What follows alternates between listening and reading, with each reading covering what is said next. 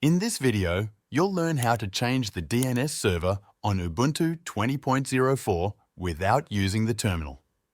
This is the easiest way if you're using the desktop version of Ubuntu. First, click on the network icon at the top right of your screen.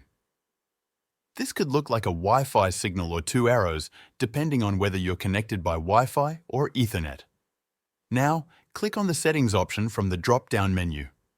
In the Settings window, choose the Network tab on the left. If you're using a wired connection, click on the gear icon next to Wired. If you're using Wi-Fi, scroll down to Wi-Fi and click the gear icon next to your connected Wi-Fi network. A new window will open. At the top, click the tab that says IPv4. Here, you'll see an option called DNS. By default, it's probably set to automatic. Turn off the switch next to automatic. Now, in the box labeled DNS, type in the DNS servers you want to use.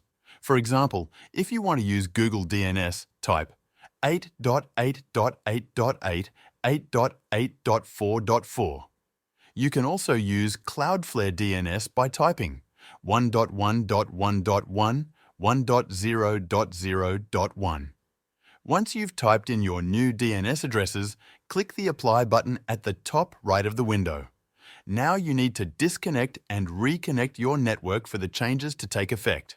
You can do this by turning your Wi-Fi off and on, or by unplugging and plugging in your Ethernet cable.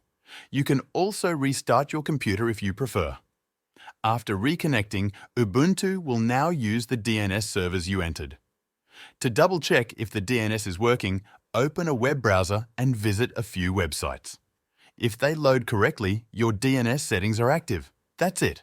You've successfully changed your DNS server on Ubuntu 20.04 without using the terminal, and your settings will stay even after a restart. Thanks for watching.